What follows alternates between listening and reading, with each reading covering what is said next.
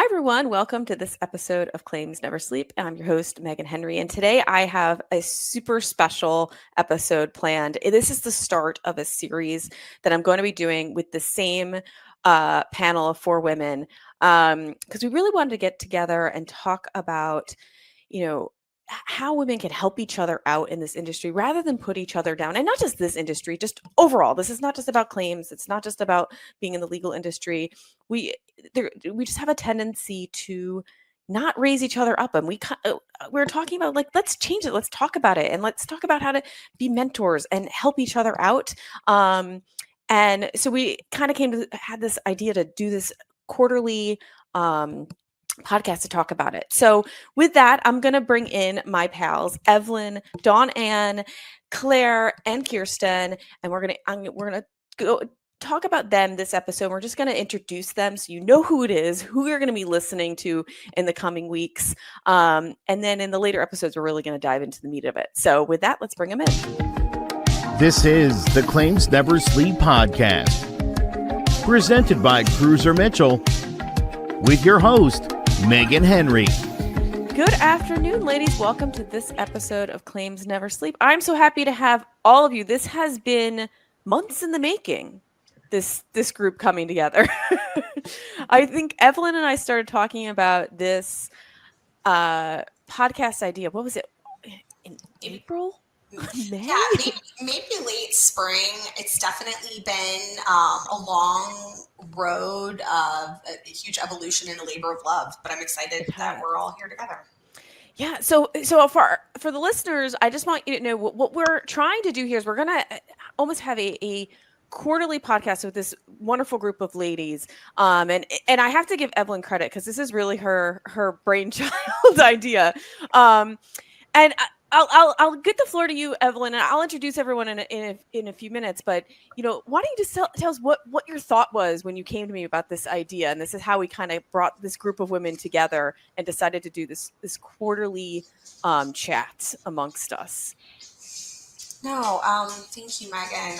I don't feel like this was just my idea. I feel like this evolved out of our conversations that we've been really having, I feel like, over a year. And so you had so graciously given me the opportunity to come on your show earlier this year. I want to say it was recorded in late spring and launched early summer. And it was such a wonderful conversation. And we touched on a number of topics, but definitely I feel like we kind of really got into the sauce, if you will, on, we'll say, women supporting women, sponsorship, mentorship, and advocacy, and what we can do as a community of ladies to build each other up. And I think it's so important. It's something that is huge, kind of like for me and my commitments, both personally and professionally. And I know that at the time you had said, maybe we'll get back together again and have an additional conversation.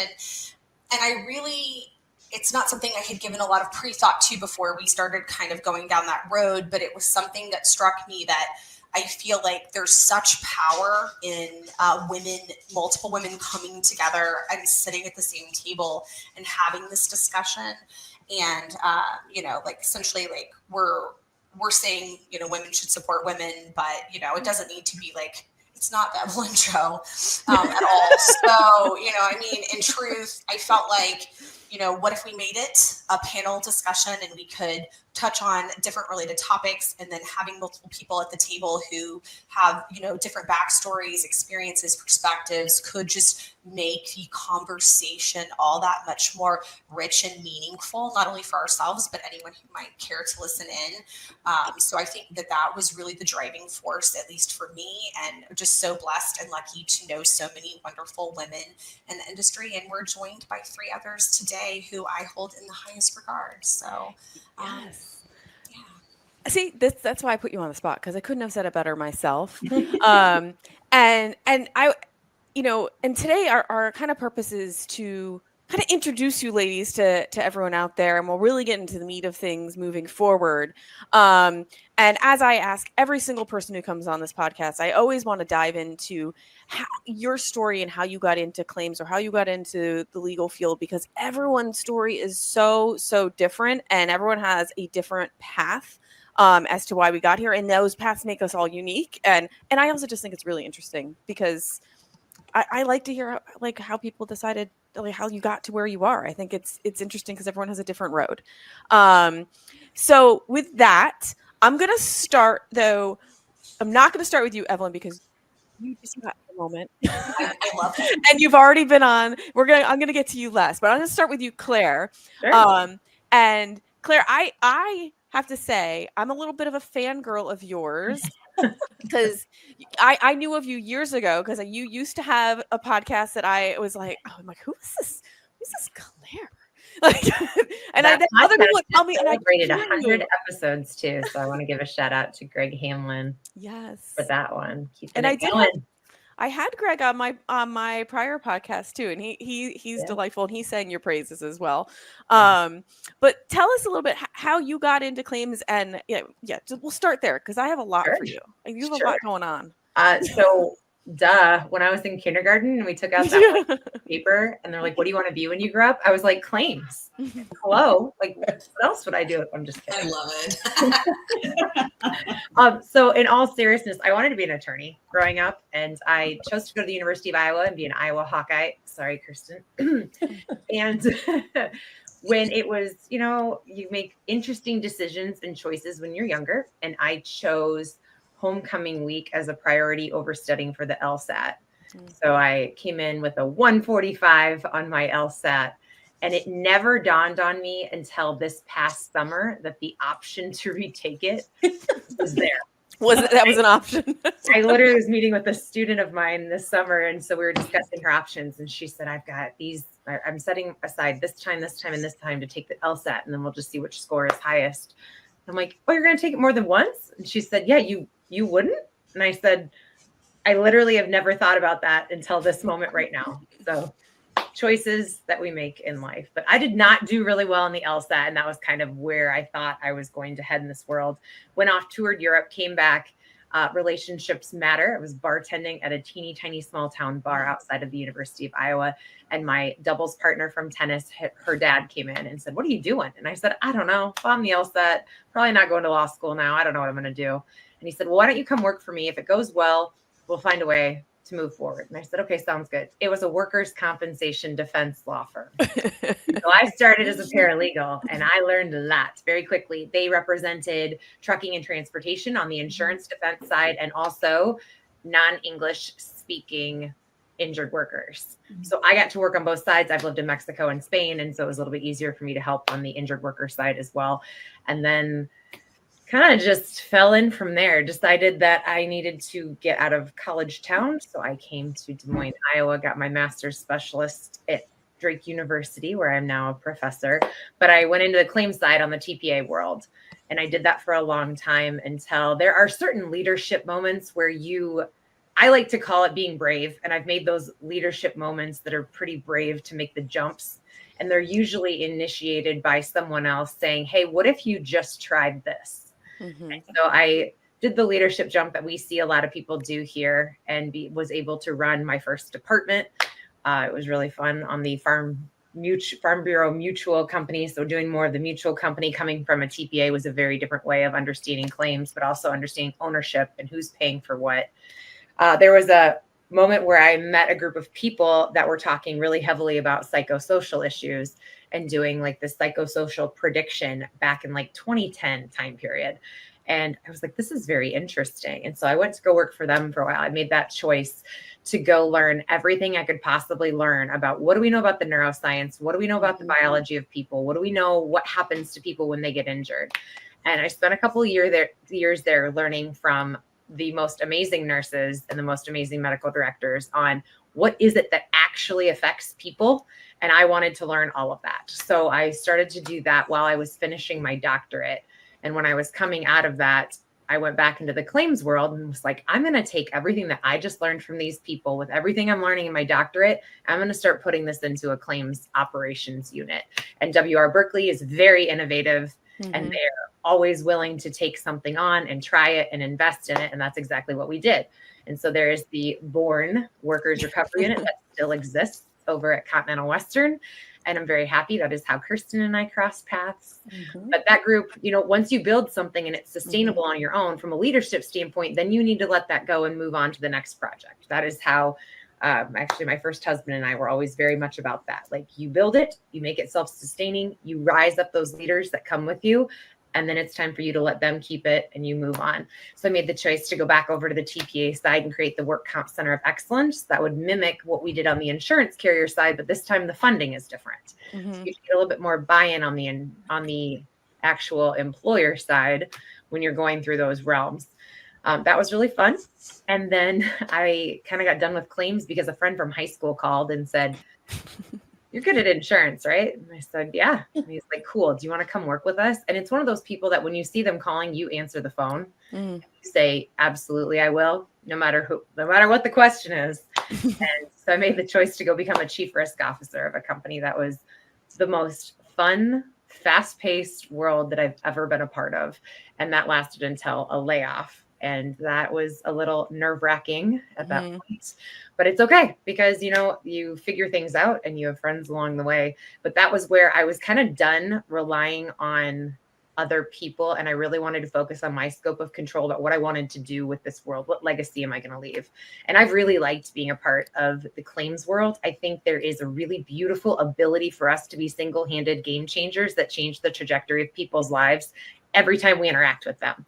So I had been writing for workerscompensation.com, and my media director was like, "Hey, would you ever want to come in and help us run the operations side," which is a completely different group that serves claims operations, claims professionals, employers, HR. There's just a different operating unit outside of the media company. I said, "Sure." So now I'm their chief operating officer.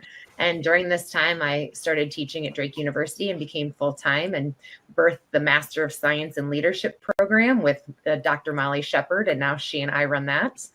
And I have my hand in a few things. And I love it because I would never do it differently ever again. I like being an octopus. I like having experience. I love the visual I have of the octopus. Oh, yeah. There's always something going. So I write, I public speak. I go talk to employers on a regular basis about what they can do. What's the playbook? I build companies' playbooks for how you should have a work comp program. How do you get safety involved? How do you get buy-in? And have really worked hard on building framework for organizations that aren't self-sustaining in these programs so that we come in and help them build a framework and give them a little bit of inspiration behind it and make cool things happen. So I like being the glitter and sparkles of the insurance side for workers' compensation.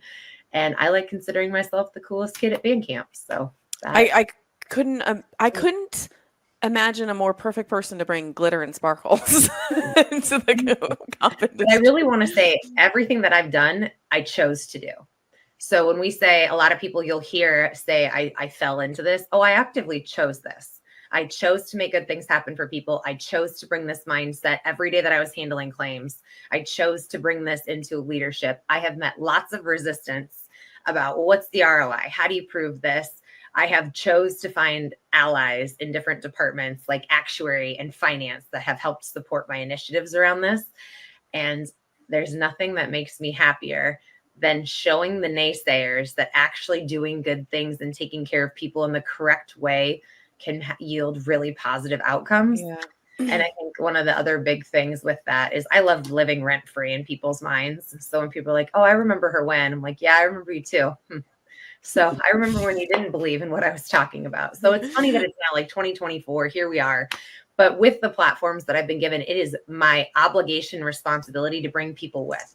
So earlier this year, I did a You Should Know Her series through the media company side of workerscompensation.com and got to highlight people like Evelyn and people like Kristin of these amazing women that exist in our space and what they are doing to help put good out into the workers' compensation world and the claims world when it's not necessarily thought of that, because now it's like my time to go invest back into students, into people, of showing this is a wonderful avenue of places to be.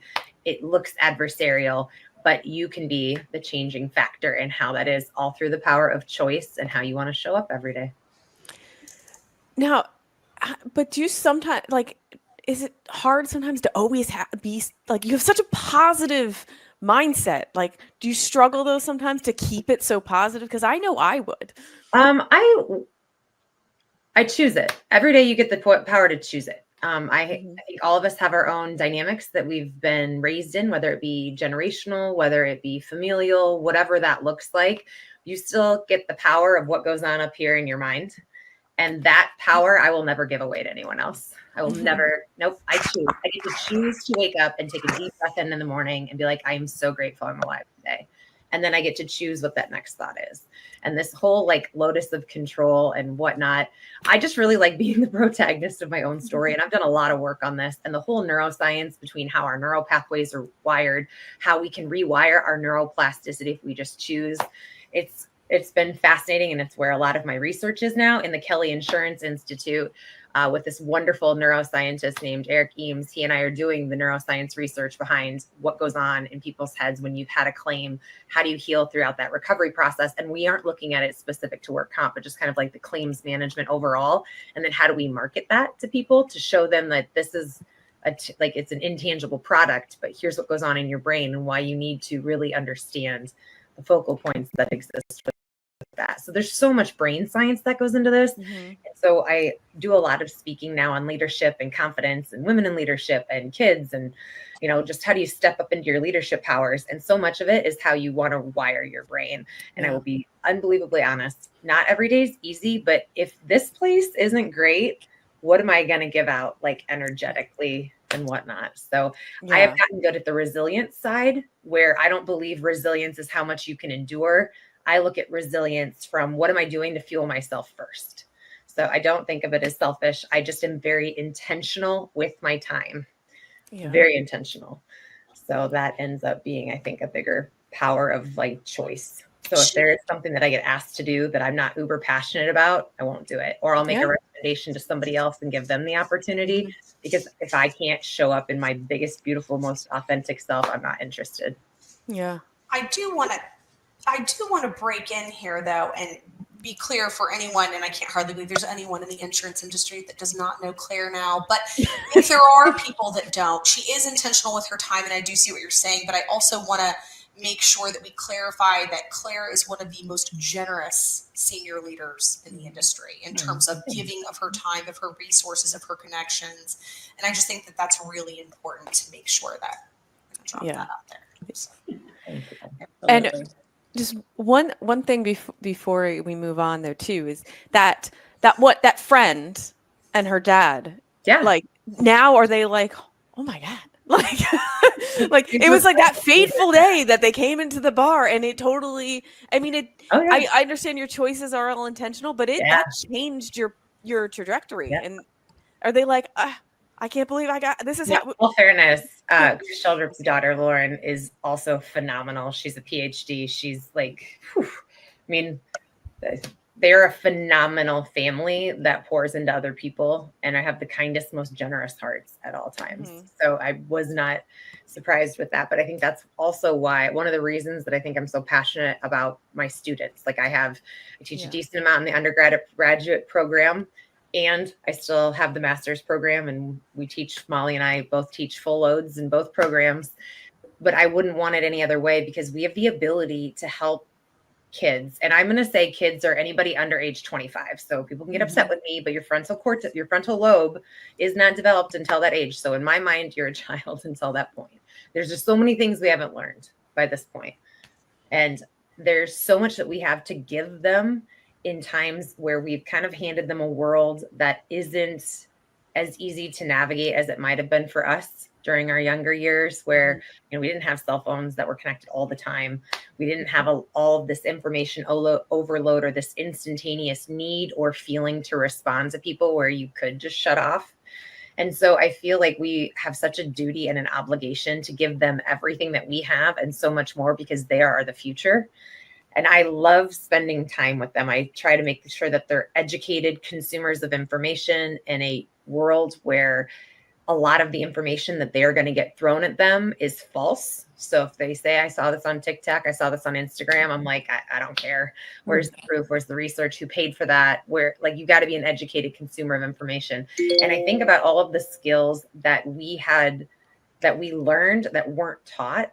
And I try to incorporate those quite a bit. So for example, Evelyn talks about, I'm very intentional with my time. I will always meet with students, but my time is just as valuable, if not more than yours. So when you try and schedule a meeting with me. I want to know what you want from me, what value you want me to add, and how much time you need to accomplish this task. And then I expect you to send me a calendar invite, because if it's not on my calendar, it's not going to happen. But I'm also a big believer in no agenda, no attenda. So I'm not here to just shoot the shit. There's no agenda. Like, what do you want from me? Because there's other people that also want me. And the number one person that I have is my daughter, and she gets me first. So again, I'll give you my time, but what do you want to get out of it? Because it's got to be mutually beneficial. I will gladly give you whatever resources I can. Just, I'm very intentional with my time. And I try to do that with other people too, because it is a two-way respect street. But when you start to look at the world, and maybe it's because I hit one of those milestone ages this year, I really, really, really think time is the only currency we have. It is the greatest gift you can give. I really believe in undivided attention. Simon Sinek has done a lot of research lately about active listening, not the art of listening, where congratulations, you have ears, but putting your phone away, like out of sight, out of mind. So whenever you're engaging with someone, the phone is not even visible in your peripheral vision, and turning it over doesn't count. But there was like research about how much people retain, even if a phone is out or not. Did you guys all just hide your phones? But there's so much into that. And so, like, if we're going to spend a half an hour together, I want it to be a meaningful half an hour where the energy exchanged is mutually beneficial, because I learn so much from these kids on a regular basis too. It's fascinating and it's fun, and it keeps me a consistent learner. And that's what I want. I always want to be learning, growing, developing. And I love the ones that are not hesitant at giving me feedback. I want to be better tomorrow than today. I can't do that if you don't tell me what's working and what's not. Yeah. I love that you do that you are teaching them those values, because nobody else is. These truth are to you power as an employer right now, or do you see? They don't know how to communicate. It's just, no, they don't. They don't know how to communicate, and that doesn't help me in hiring attorneys, because I'm even seeing it there. My husband works in labor. He's a glazer. He complains about the same things that I complain about with law school graduate attorneys. It's all across the board, and it's a lost art of communication, and it's not. But it's not even just communication, right? It's just how to handle everyday situations. You look at the schools right now, aside from the communication, there are so many outside influences that the teachers don't feel empowered to actually do anything about it. And this is starting in the elementary, middle school. And then you get to college, because there was this big push. Everyone's got to have a degree. You can't even be considered for a job unless you've got a degree. So we push all this, but then nobody's got any common sense. They can read a book. So what does that mean? And I think one of the biggest things that I want any student that crosses my path, I want them to leave being brave enough to try. I think a lot of us get scared where we're worried about, okay, if I fail, okay, whatever, failure you can learn from, call it a gift. But what if you just tried? What if you just tried to go after? Like, what if I would have tried to take the LSAT again? What if I would have tried to leave Iowa and go to a school that wasn't the University of Iowa? Not that I did not have a wonderful time, great education, but I didn't push myself to try. And so I think this next ideation of my life, since I hit the big 4-0 this year, is to, what if I'm just brave enough to try and bold enough to make sure that I have a voice for those who don't? Yeah. For those for anybody that's listening that did not see this week, the Taliban has now silenced women. There's a really big power in the fact that we get to sit here as a group of women right now and have a voice. And while I think that should be an innate right, period, it isn't for all women across the globe. And that bothers me. It bothers me to my core. So I really want to do what I can to amplify voices wherever. I have a bracelet that I wear that says, "You should know her." That was what the series was, where I was highlighting the other women. I'm going to do a follow-up series on that. I've got a voice, and I want to use it to help elevate all of the amazing women that exist in our space. And I'm not saying there's not amazing men, because I'm very grateful for them. And there were a lot of men that helped get me here. But my dad was one of the main people that reminded me that any room I walked in, I damn right deserve to be there. Yeah. And I want other people to have that confidence. And if they don't see it within themselves, I feel like it's my obligation to remind them that it's still there. We just got to figure out how to get it out. Well, I love that. And I love that message. Keep it up. So Kirsten, let's go over to you. So you're a lawyer by trade. So what was your path into law? Because well, actually, I get more lawyers on the show that will say they intended to be a lawyer. I have yet to get a claims person to say they intended to be working claims. It has not happened yet. I mean, I can tell you, I didn't. FYI, if I was an attorney, I would have gone that route. I would have wanted to be just like Kristin. My aspirational. I didn't want to be an attorney. I thought I was going into finance. I didn't want to go to school for an extended period of time. I wanted to get out, start making money.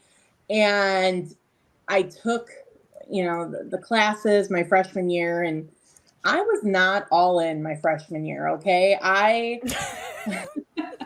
had classes Monday, Wednesday, Put Friday. It lightly. I was off on Tuesdays and Thursdays, and I just thought I didn't have to go to class on Fridays. And that didn't do well. And after that first semester, my mom said, "You will be coming home if your grades don't come up." I go, okay, let me figure out what I'm doing here.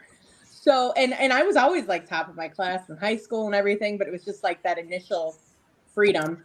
And I went to career counseling and took, all the tests, and like my top 5 things were different attorneys. And I was like, well, I guess I was going to go get my master's. So it's 1 more year.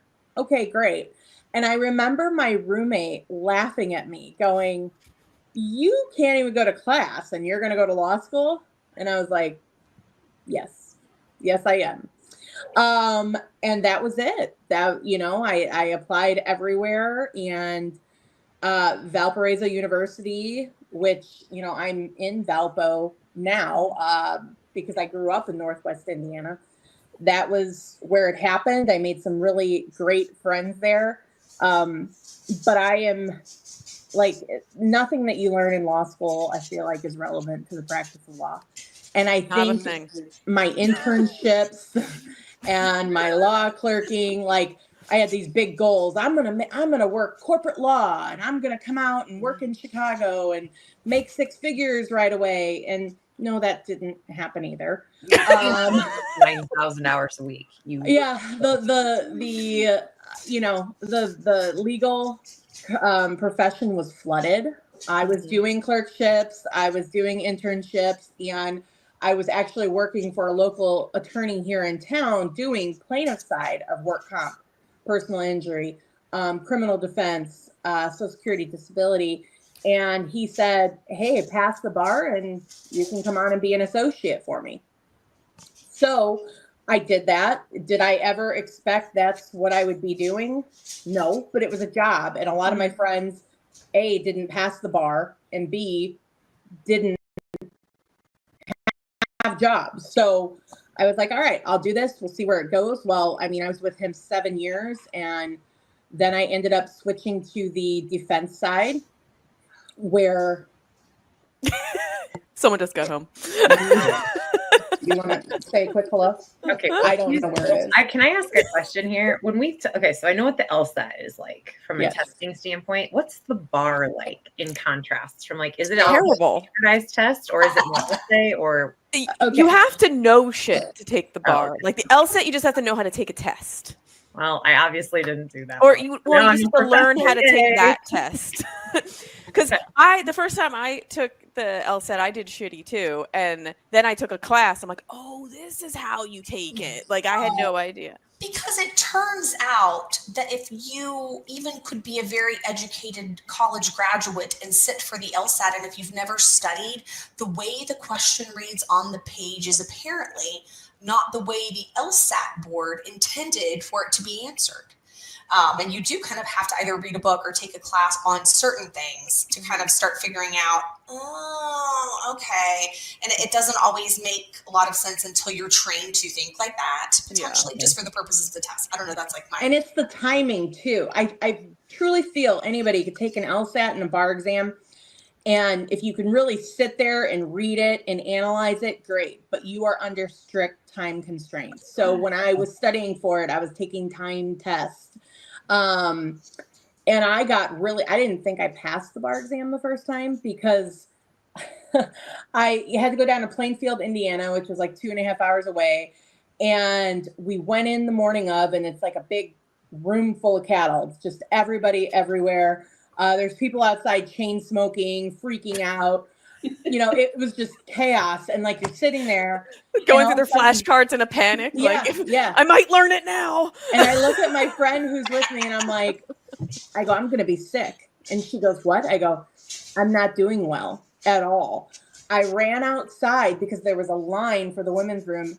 And this is too much information, but I threw up everywhere outside. And there was a guy chain smoking in his car, and he could have just died. Like, his nerves from seeing me. I don't know to this day if it was nerves or the flu, but you literally had to raise your hand every time you needed to leave the room so they could come and put your exam together. And it's time constrained. And I was sick every half an hour on the hour. And I'd run out. That first day I left, I went and got Gatorade. I went back to my hotel room and I remember crying to my mom. I'm like, I'm never going to pass this. And my friends are like, are you going back the second day? I was like, well, hell yes. I mean, I'm going to give it my all. And I passed. I don't know. It was a miracle, but it's a testament to your brilliance is actually what it is. It was a miracle. That would be a resilience of endurance for sure. It was so much time, like so many issues. So yeah, I don't know. I got really tired on the plaintiff side though. Like after 7 years, I felt like I was researching my plaintiffs more than defense was because they were lying to me. And I have a really good reputation and I pride myself on, integrity and honesty.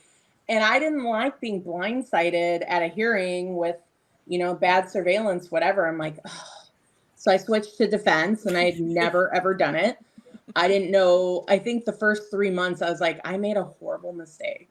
Billing is awful. I'm never going to have a life. I can't do this, and then they were like, oh, what are you going to do to go out and get business once you get your, I was like, business? You want me to like get insurance companies? Like what? How do I do this? And one of my asking way too much. Yeah, I was like, oh my God, I have to bill every 0.1. Are you kidding me?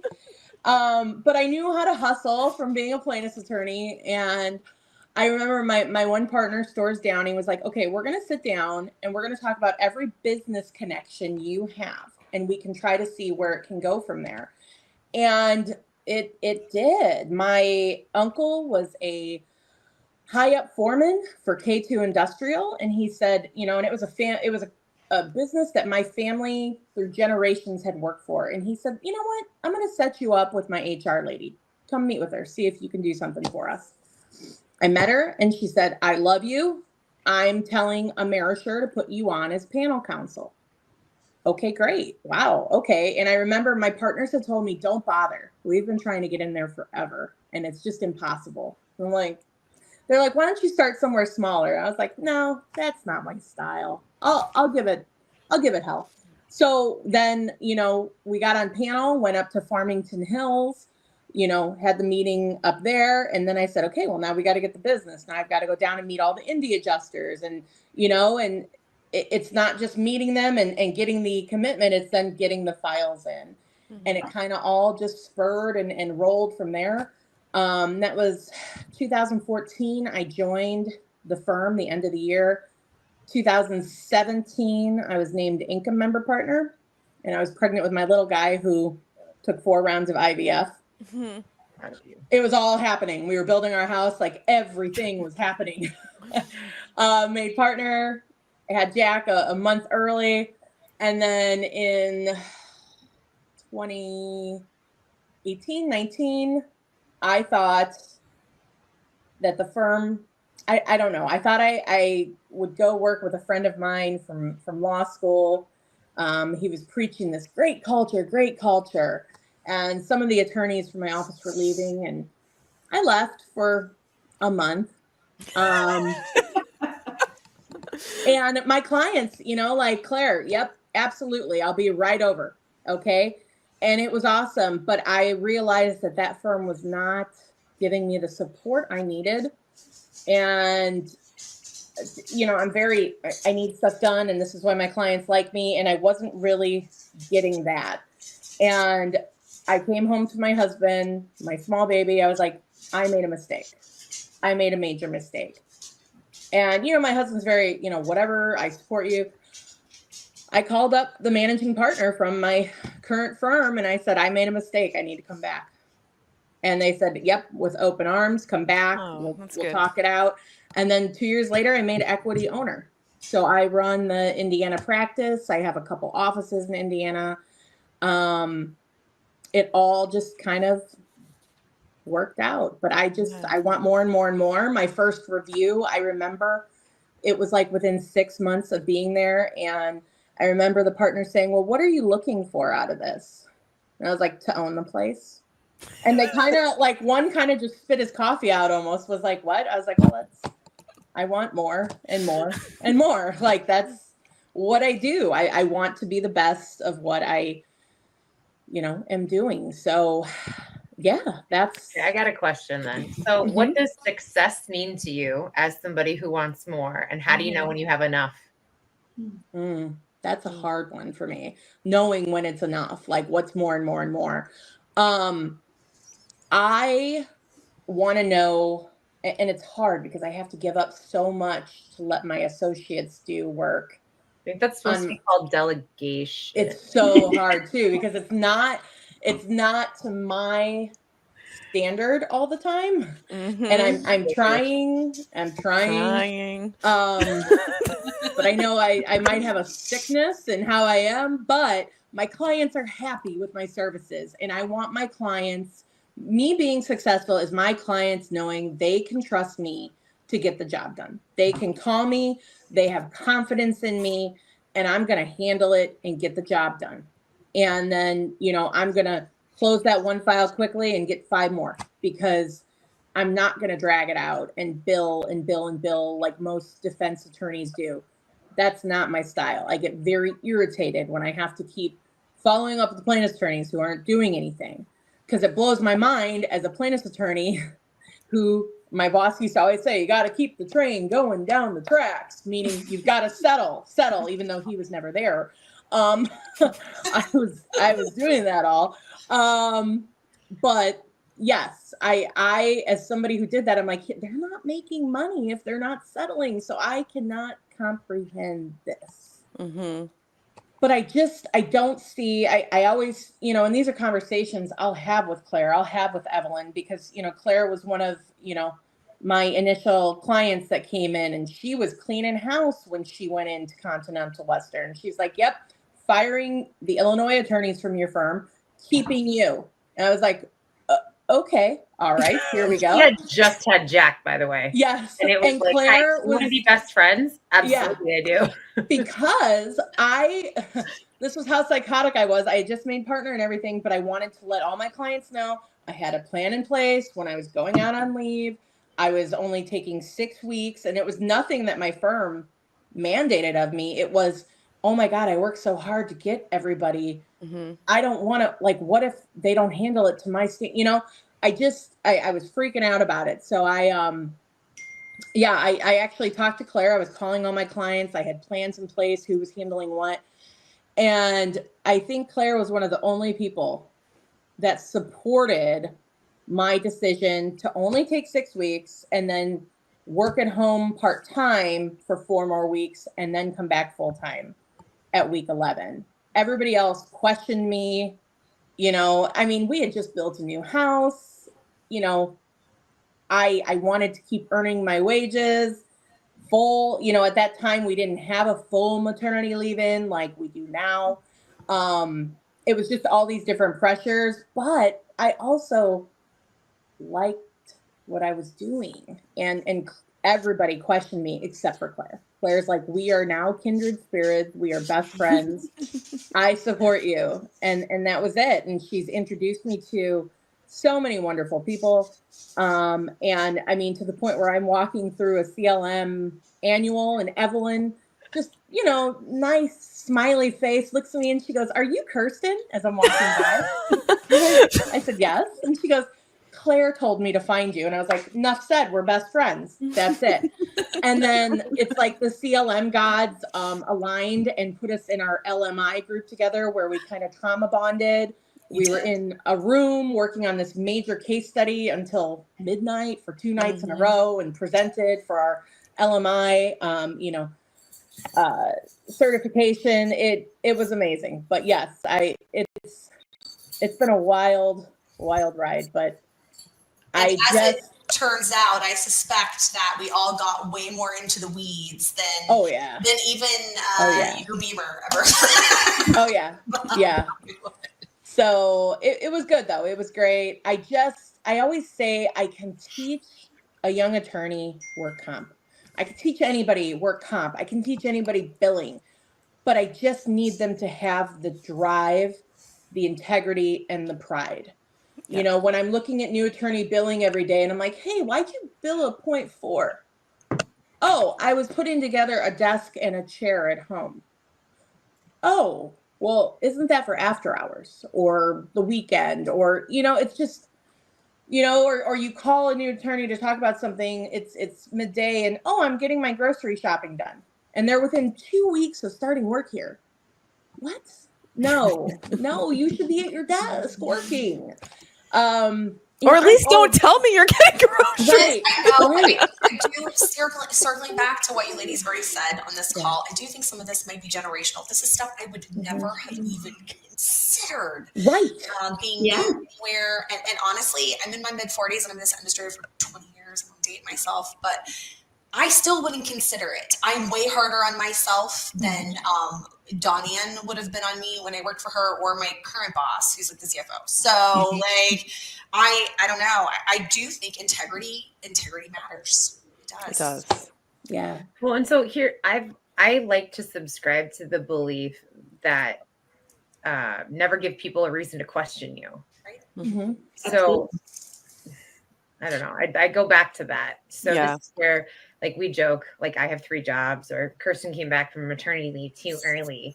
I like what I do. It doesn't feel like work to me. I enjoy it. I love it. I'm ambitious. I'm going to get it. I'm prideful in my work, just kind of to this point. And there's the integrity piece. And I think I laugh about this because I try to get students to understand all of the resources that are available to them, whatever scope they're in. So I try to show them what's available at our university and hope that will transfer over into benefits that they might qualify for with their employer, or what resources exist within their communities. And I am fascinated when I assign something and then they lie to me about doing it. Like, for example, we have a speaking center and a writing center. And I asked them to have an appointment and then tell me, was it worth your time? And people were using ChatGPT to give me an answer. Kids, oh my gosh. If anyone's listening to this, they send me a report that tells me if you go or not. Not stupid here. Like, checks and balances that exist in a lot of this, but to this point where we're talking about, like, I was building a chair or whatnot, I will give a pass if you will come talk to me face to face. I want you to own whatever you've done, why you missed class, why you're submitting an assignment late, etc. But I want you to say it face to face to me, because I will end up sending you to one of you guys. They will be your employer. Where's your integrity going to lie then? Yeah. Well, I think that there's the piece that we're talking about a little bit, integrity. But when I was thinking about this and, thinking about, like, the generational piece and that, like, making sure you're doing the right things, I also had kind of considered that I feel like when people talk to women, it's just like how, people gave Kristin a hard time about, authoring her own journey, about what were her goals, what was her plan to reach those goals, and choosing her own choices, being intentional about how she chose to author her own life. And some of the things also that Claire mentioned. And I feel like some people may tell themselves, and it's not just the industry, it's in this world, okay, that when they question women about these things, it's because they're really trying to help us. They want to support us. They want to, oh, why would you do that? Don't you want more time? Don't you need more rest? But really, does anyone ask men this stuff after their babies are born? Why aren't you taking paternity leave if your company offers? Let's be realistic. They aren't asking that. And, I'm not, we're not here to stir necessarily. And I'm not trying to be, I'm not trying to stir the pot. But what I am trying to say is that men and women, guess what? We're all just humans. And people should think about this, because if you would not question a gentleman at your company for not taking paternity leave, then also similarly, we should not question women for where and when and how and why they choose to work in the way that they do. We are not less ambitious, we are not less intelligent, and we are not less committed to our chosen career paths. And I think that that's something that, PSA for me to the industry. If you are not already on board, get on board. This train has already left the station. Yes. Even if you think about how fortunate we are to be in the environment and country that we are in, those gender biases still exist, right? I mean, even in the home life, we all have children, right? We have families, and even in the schools or just outward, and I'm very active in scouts and stuff. It's always gravitates to the women, right? And children. I'll be honest on this one. I think I have some responsibility in this, because if you're going to do it wrong, I'm just going to do it.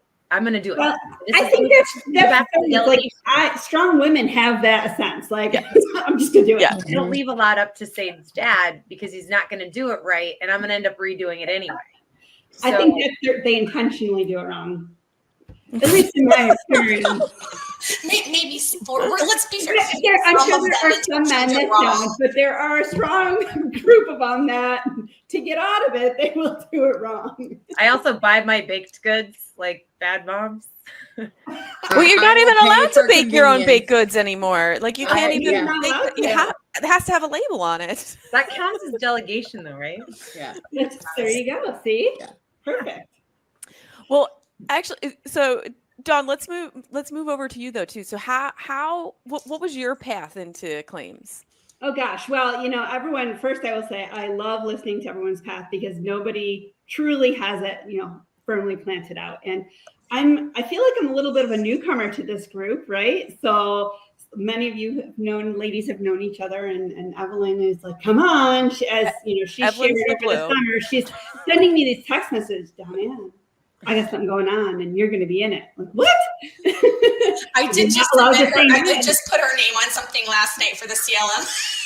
Evelyn's very convincing. She texts me. It's like 11:15 at night. She's like, "Hey, you awake?" You're so right. I'm like, and do you like pause and like, watching The Diplomat? Leave me alone. Yeah. I did not send you any messages during The Diplomat. Well, yeah. Do you wait and be like, well, if I respond, I know. It's like she could just be chatting about nothing, or she's gonna get me to do something. Right. It's you just never know. Evelyn's got quite the list of ideas, and so I'm like, I love it. Yeah, actually, I had just finished building the dishwasher end panel to install in the kitchen. I'm like, yeah, and then like, you love this.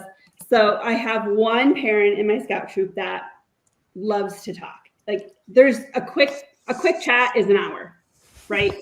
And so the phone's going ding, ding, ding. And my son's like, hey, Mom, is that your work phone again? I know, he knows it's me. He's like, Miss Evelyn. Ding. Oh, that's Miss Evelyn. I don't need to look at the phone. It's true.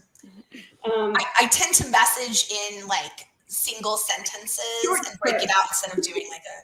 Oh, me too. I think I drive people crazy, but that's how I communicate too. It's like text. Because I don't like doing too long. I know it's serious when I get the audio one from Claire. I'm like, something's going down. It's a longer one. I'm like, what's going on? Well, that's the only time I send the long text is if I'm driving and I just do the voice to text. But then I don't prove I'm driving, so I'm not reading it afterwards. I just send it and then I read it later. I'm like, I don't even because I'm like, I don't know how I speak, but apparently I don't speak Siri because spells things totally wrong, and people can be thinking I'm driving to the moon. You need to move into voice memos, and you can come join my travel podcast when I leave them for Kirsten. It's usually because I'm going through a heavily trafficked area, and I live in Iowa. I purposely choose to live in Iowa to not have traffic. Now, if I lived in Atlanta, Chicago, sure, I get it. When I have traffic in Iowa, there's nothing that infuriates me more. My sister's in Iowa. I like to critique the other drivers. And now, stereotypically, because I've been showing The Office this week in class, there is Diversity Day where they talk about they were being stereotypical about drivers. And Dwight says, "Am I a woman?" and gets all upset. I don't claim to be a good driver, but again, time is valuable. Get out of my way. Yes. Get out of my way. I have a whole theory about BMW drivers, but that would take an entire episode. So we'll move on. Claire might have called me out for being a woman driver when we were, I don't know, wherever we were. And that you can say it if you're the driver, though, right? Like, I'm not great. I had just gotten a Yukon, like a bigger vehicle than my Explorer, and it has black rims that are very unforgiving. So I, might have curbed them a little bit. And then they were getting fixed, and I took my husband's Cadillac much lower to the ground. And 4:30 in the airport, his tires were lower, and I might have curbed his black rims.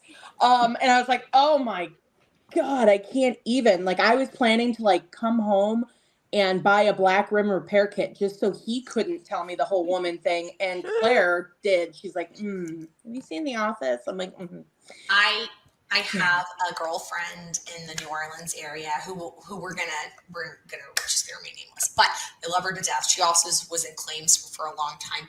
Speaking of lady driving, she once parked her Cadillac in a grocery cart receptacle at Walmart.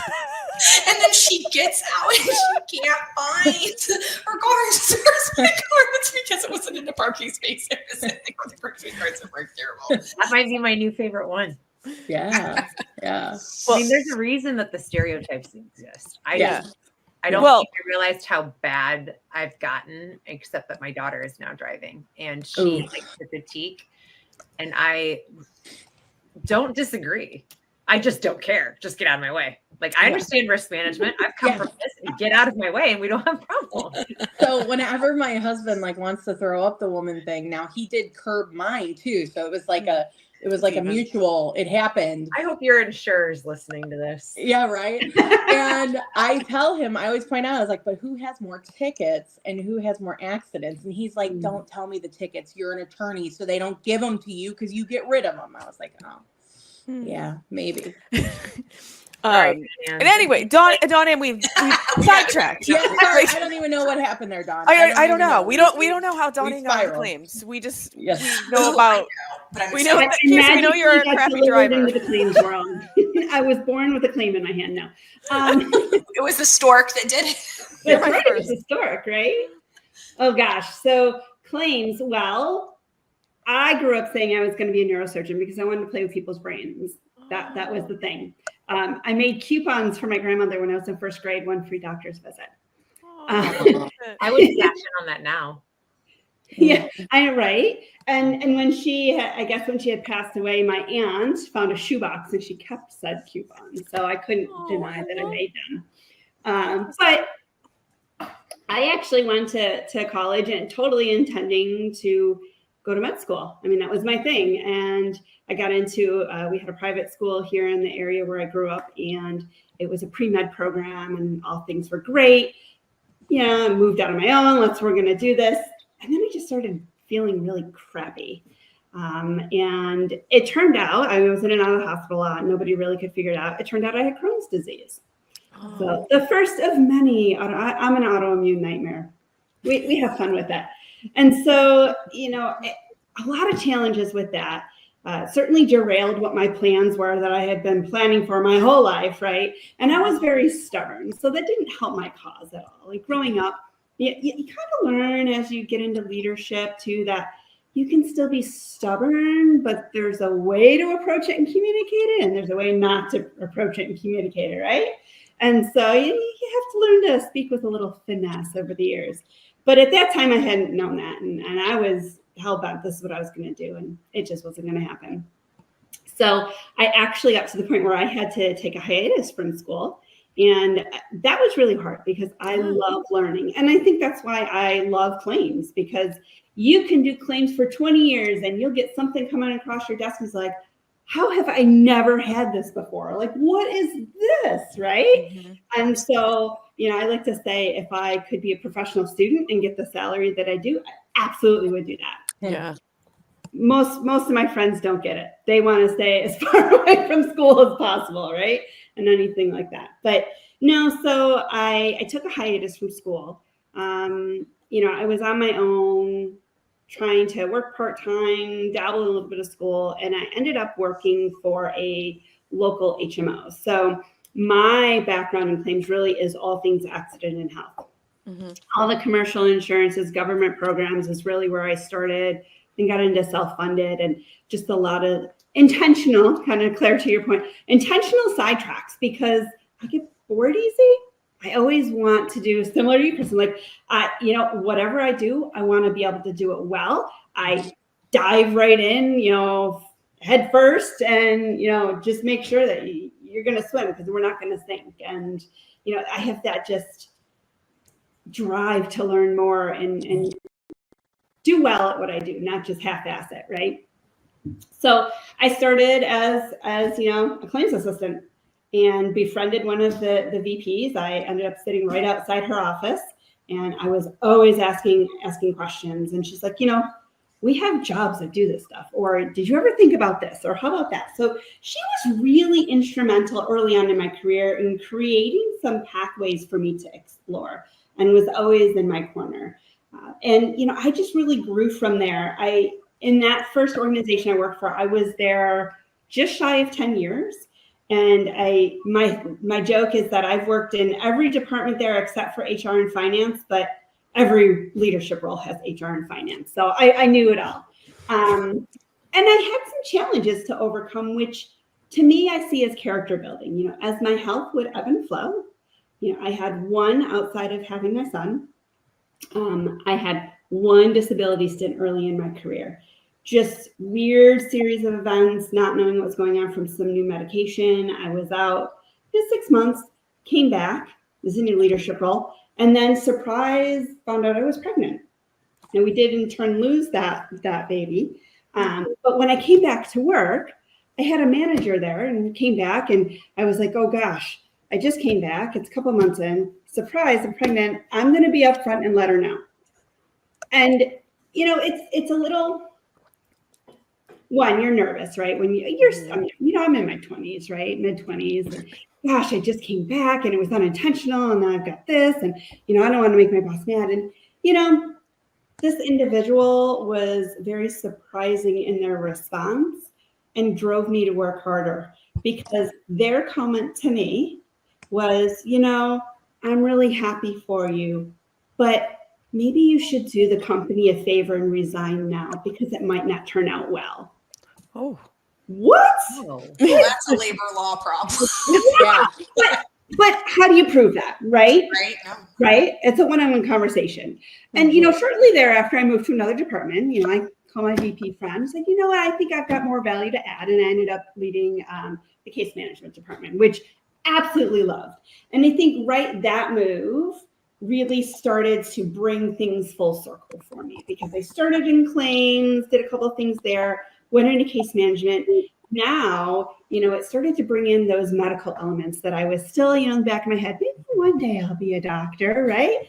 And tying that together. And it really just started to fill out the circle, I'll say, right? So you got claims, and it's real interesting to look into. And now you've got the case management piece. And being in the A&H space, it's thinking about things differently, because the folks that are in the midst of all of these health challenges, to them, this is life or death. This is their livelihood. This is the time that you can't get back with your family, and what that quality is behind the time. And that really is what resonated with me and drove a lot of my passion and everything that I've gone from there. I've moved on to other, I worked for the Blues conglomerate for some time. I've, worked for other big bucas. And all of those pieces, whether I was, in the CRO capacity, whether we were doing training, bringing all of that together and looking at those risks and being able to look holistically at what's behind a claim and the person in there was huge. It was huge. And within that too was, having the opportunity to be in a leadership capacity and helping, your team understand that, and just having, when somebody gets it, those aha moments, and seeing the look in their face, and then seeing how they react to handling different cases, and working, your TPA, working maybe directly with that member, that patient. If it's a self-funded, working with that employer group to find solutions to help holistically, especially a lot of the small employer groups that really look at each other like a family. I mean, it's just so instrumental. And to me, that's what makes the difference as well. In my career too, I've had a couple of, other challenges too. My health has always been something that comes and goes. I don't look sick, right? And on healthy days, I'm out doing Dopey Challenge. On bad days, I have trouble walking, right? And there's a perception behind that too. I had another leader at one point who was very fixated. It was an organization that was largely male, right? And so she had broke through that barrier very high up, right? And it's like, when you first meet this person, it's like, how did she, I want to learn that. I want to be that person. I want to be there. I want to grow. I want to do more, have a little more impact. And for that person to come up and be like, I know you're striving to do more, but this is going to make a difference. What do you mean? Well, it was some bad days. You can't wear this suit and wear sneakers. It doesn't go. Everyone looks at you. It's an image. Like, what the hell does that have to do with anything? So but again, it goes back to kind of our earlier conversations as well of there is this gender bias and kind of breaking into these barriers and these expectations. I mean, you see men walk around with suits and sneakers all the time. Why is it okay for them? Right? Why do you have to be these sky-high heels and be all like, it's not going to happen? And by the way, the sneaker game has vastly improved. I know. They'll never have our podiatrist visits later in life for all of the 5-inch heels that we've worn forever. Terrible. Yes. So Dawn-Ann, when I was interviewing and did leave the firm for a little bit, one of the firms I thought I was going to go to, their law firm leader acted like he was extremely interested, had me drive to a 2-hour away lunch with him, basically wasted the whole day telling me how great I was. And then after the lunch said, yeah, but I just don't think you're a fit with us. And it kind of, I was like, what do you mean? He goes, well, I just heard from some people that you're a little bit too aggressive.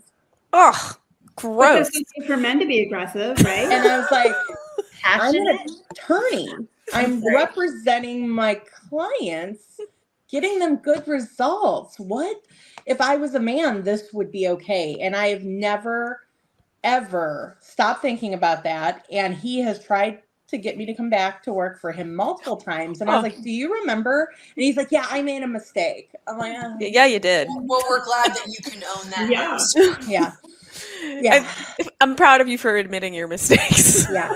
I made a mistake. That's not quite what I meant. And I'm like, yeah, well. But did you tell him that while he may have made a mistake in his commentary to you, you don't plan to let him be one of yours later? Yes. Yeah. Very. Well, and that's why I'm where I am, So everything works out for a reason. Absolutely.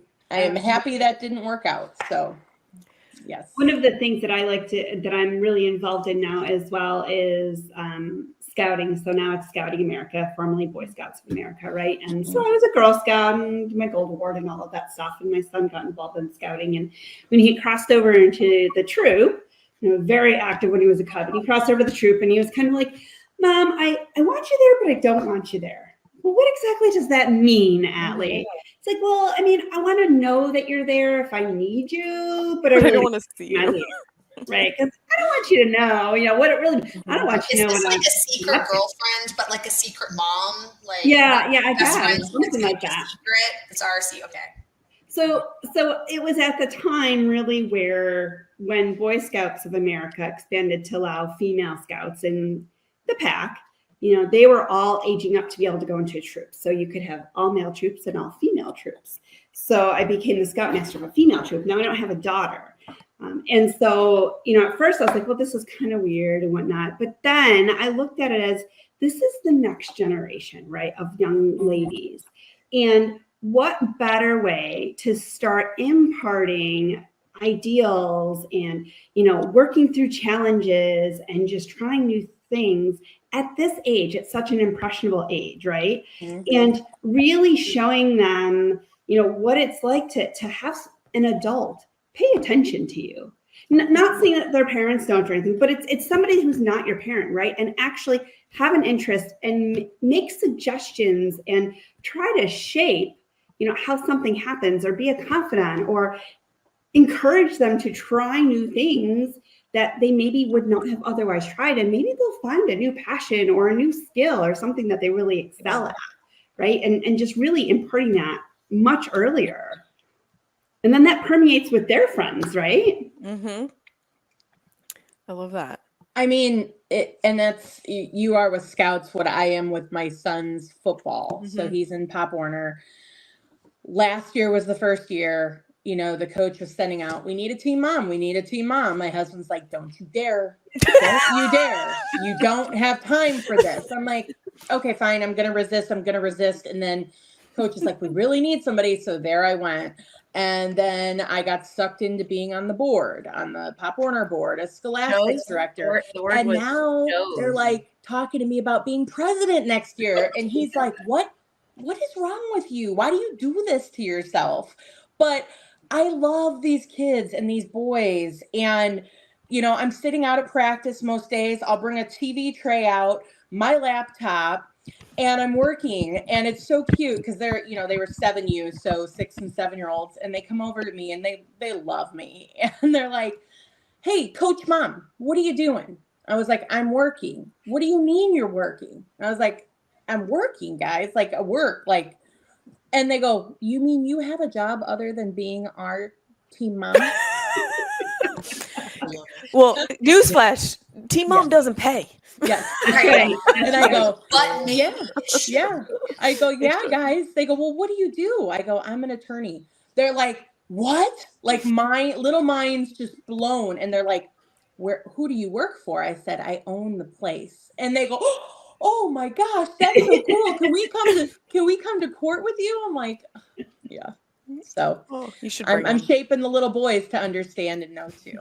But isn't it great though when you see really they're at an age where they're starting to be young adults, right? They're learning different mannerisms and their place. And, they are more, especially when they're at young teenage, right? They are more aware, even if they try to admit that they're not, right? Mm-hmm. Of the interactions and the things that are going on and the mannerisms of people and just natural biases, right? And so, something like that just the shock is just like with some of the girls and, hey, let's do home repairs merit badge, and just seeing like all of the stuff, like you can do that. Yeah. Doesn't matter if you're a boy, girl, or, identify as something else. You can do, if you put your mind to it, you can do it.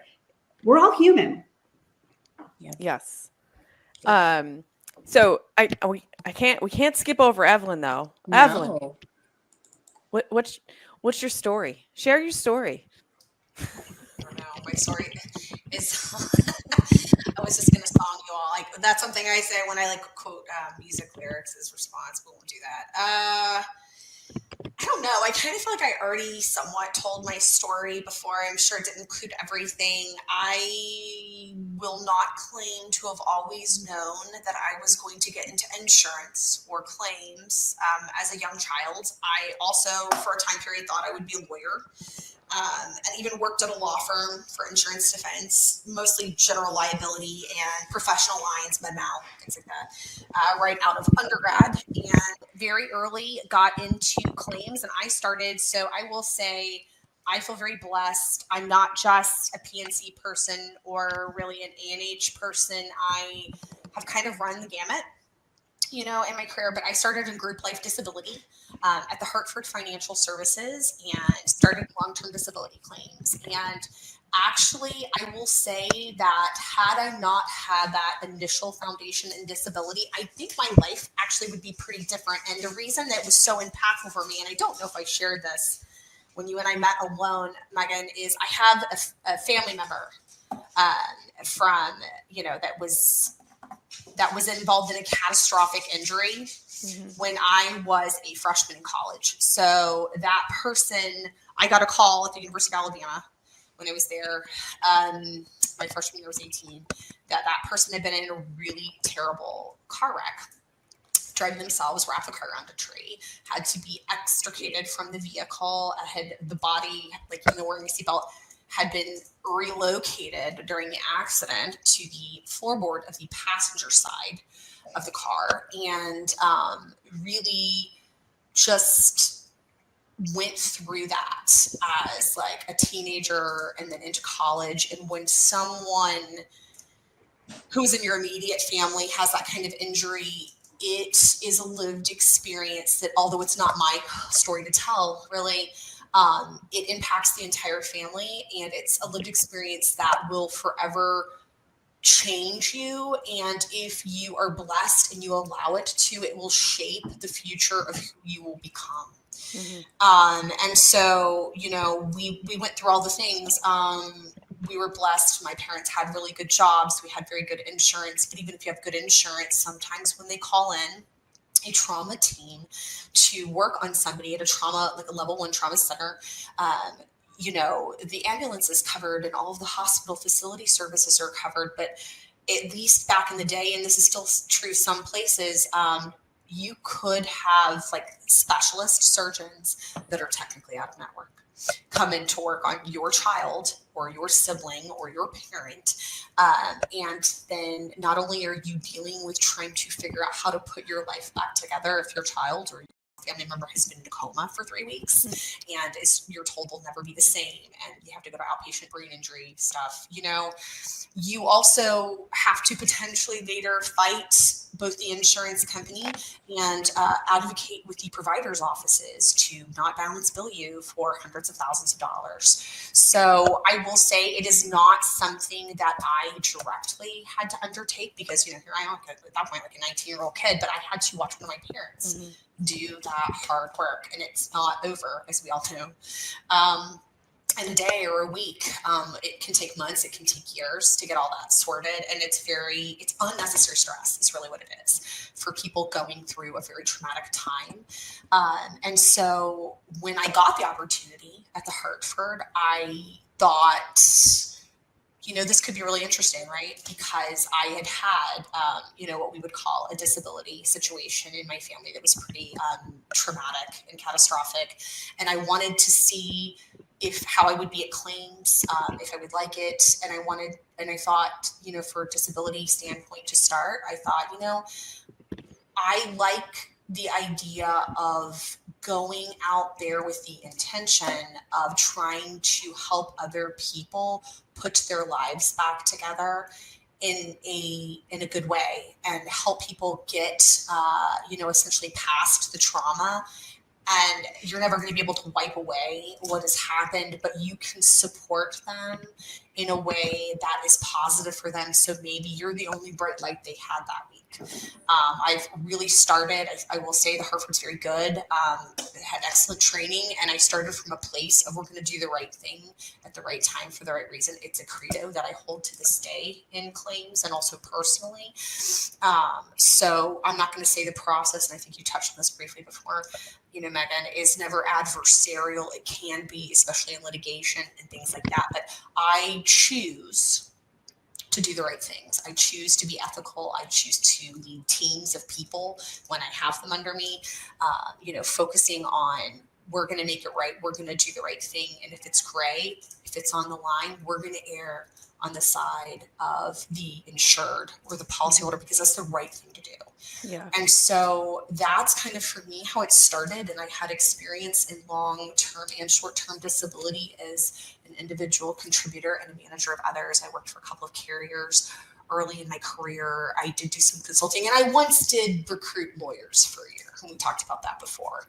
And then decided, selling people is way harder, than selling like Xerox machines or something. So that's a topic for a different, time. But I've also been in in-house risk at a construction conglomerate, doing like subcontractor insurance compliance on the front end to try to avoid these very terrible claims, comp, GL, professional lines on the back end.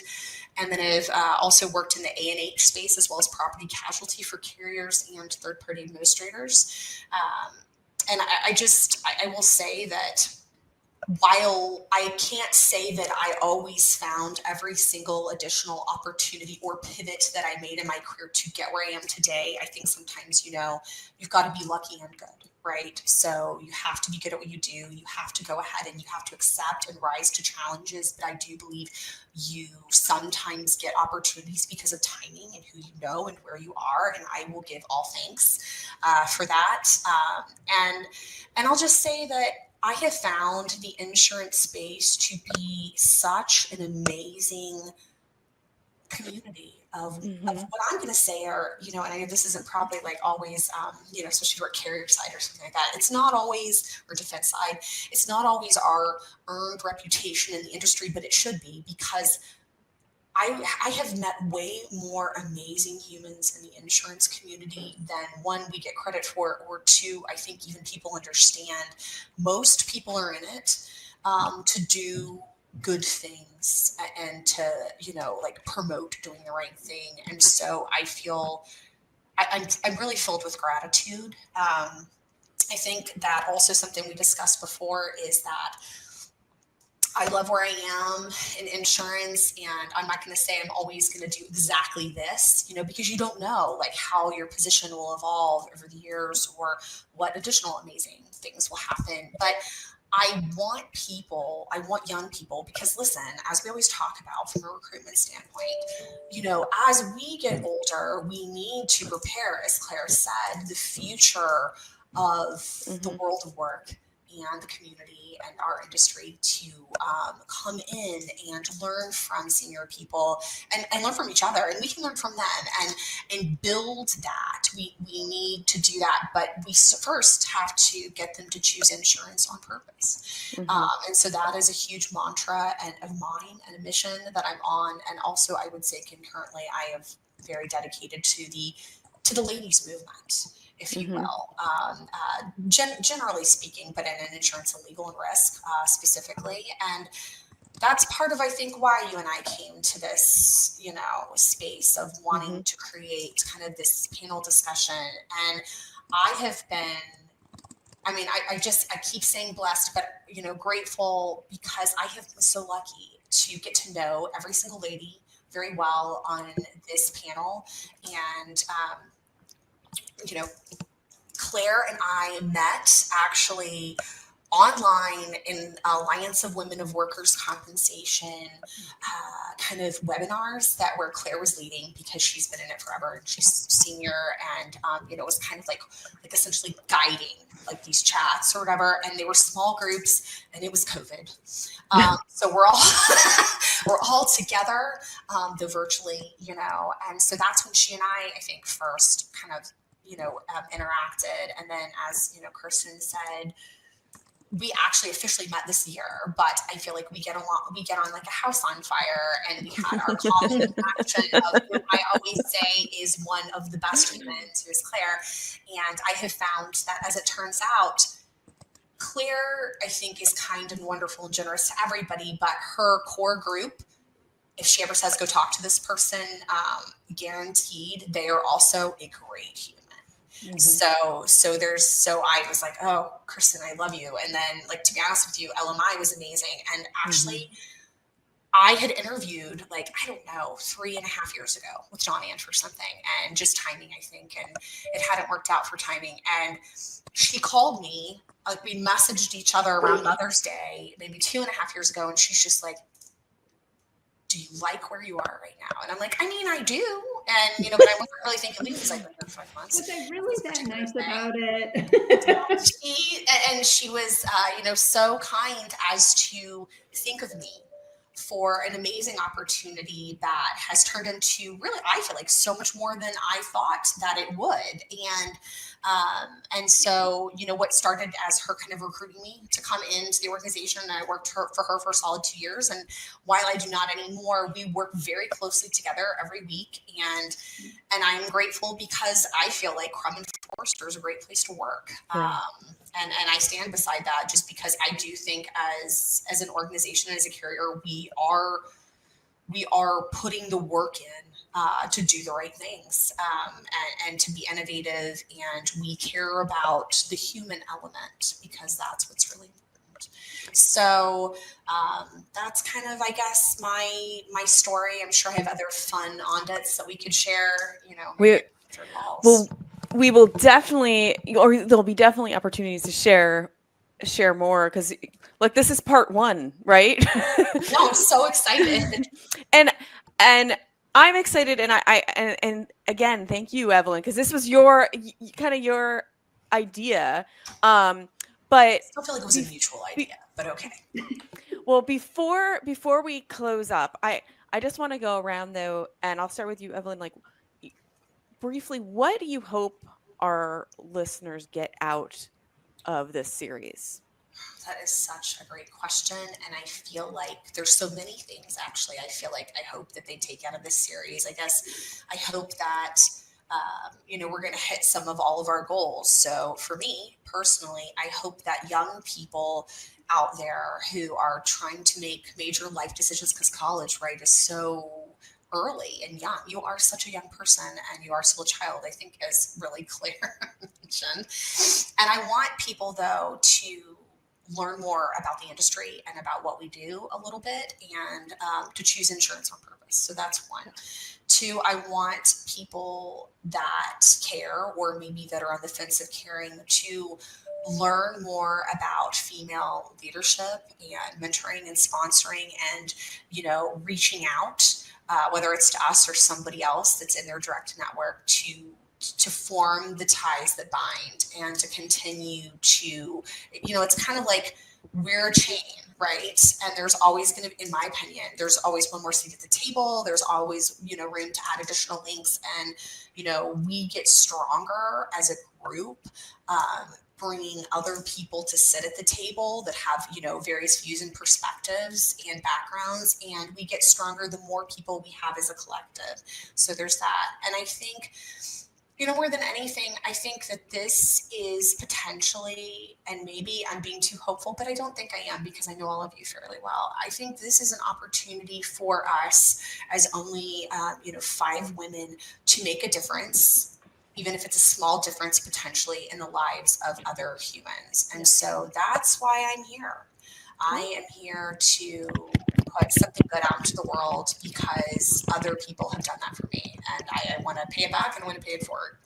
Love that. How about you, Claire?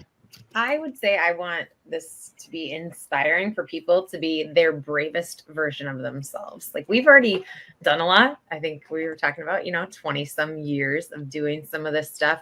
I hope people can take something away from it and do it differently, do it better, do it bolder, do it unapologetically. Like, if you choose to, if you are a female listening to this podcast and you choose to go have a child and you want to take 2 weeks or 10 weeks, congratulations, do it.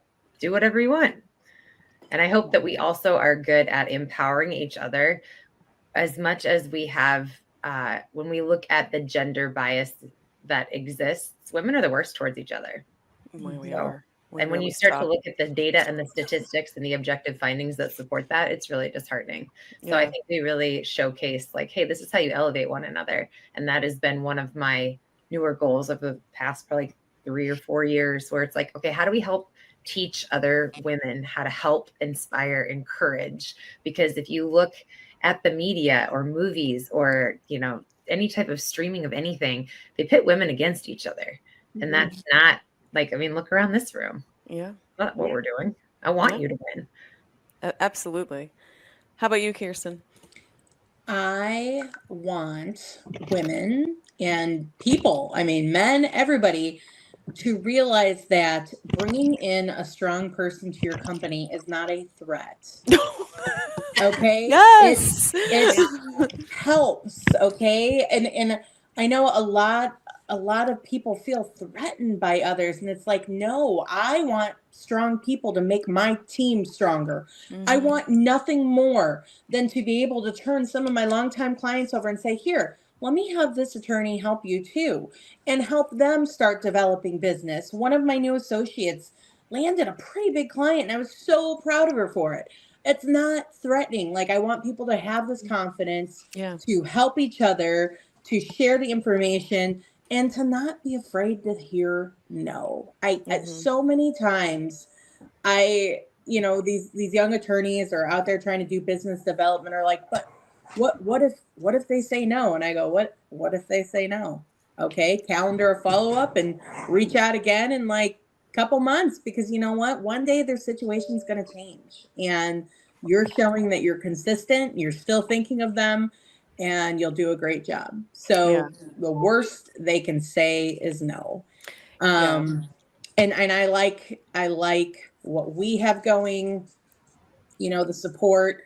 And I want people to know they can reach out to us, but you need to build your tribe or your Sparkle Squad, as Dr. Claire has. Love it. I have my Sparkle Squad bracelet from her. So, it's you need your tribe. You need people. Okay. Don't take it all on yourself. You need people. Yeah. Love that. Be a resource, not a transaction. Yes. Yes. How about you, Dawn-Ann? Oh gosh, I have to go last after all of these fabulous responses. I know, it's the worst. I don't know. We'll cut it, right? No. I mean, no, I think the same thing as everybody else. No. Honestly, I would say a couple of things. One is that it's okay to challenge the norm and take risks, right? So even listening to all of our stories, nobody woke up and said, I'm going to be, in insurance, right? Probably didn't know anything about insurance, right? Until we had to get our first, car insurance was probably our first real exposure. What, you want to drive? I got to pay for insurance, right? And then you get a little older. Wait, there's this thing called health insurance, right? So really just challenging, not thinking about those gender bias, not being afraid to just jump in. The worst that'll happen is maybe it wasn't your greatest strength, and now or maybe you'll find something that you just were incredibly amazed with and you want to pursue even further, right? I think of my sister. I'm going to throw that out there all the time. She's like, I have no talents. You're the smart one. Totally wrong. You're thinking about this from the completely wrong angle. So, she'll call me up sometimes and be like, oh, I just did this. You'll be so proud of me. But you had it in you all along. You just had to try, right? So that really leads me to one of my other strong hopes out of this is to actually believe in yourself and not instinctively think you're not good enough, right? It would be so challenging. I mean, and maybe it is for any one of us in this room. We are an amazing group of ladies with diverse backgrounds, very accomplished. And any one of us could sit there and listen to each other and be like, yeah, I shouldn't be in this group. Yeah, this isn't good. This isn't for me. I'm not good enough, right? But we don't, because we're relying on each other, and we have gone the next level and recognize that, yeah, there's catty people out there, men, women, doesn't matter. But we need each other to elevate and to push each other so we can be the best that we can be. And I hope others recognize that as well and start to see those opportunities among their own group of peers. Yeah. Well, I love hearing from all of you, and I'm really excited for what is to come. So, just blanketly, I appreciate all of you. I appreciate you taking the time. Your time is valuable, as we've discussed, and to spend it with me for this hour and a half and multiple times going forward. I appreciate you all, but I think we're going to add a lot of value here. So I'm really I'm really, really looking forward to what's to come. And of course, for our listeners, you must tune in. Tune in, like and subscribe to Claims Never Sleep, and keep tuning in to what's to come. Thanks for tuning in today. This is the Claims Never Sleep podcast, presented by Kraiser Mitchell, with your host, Meghan Henry.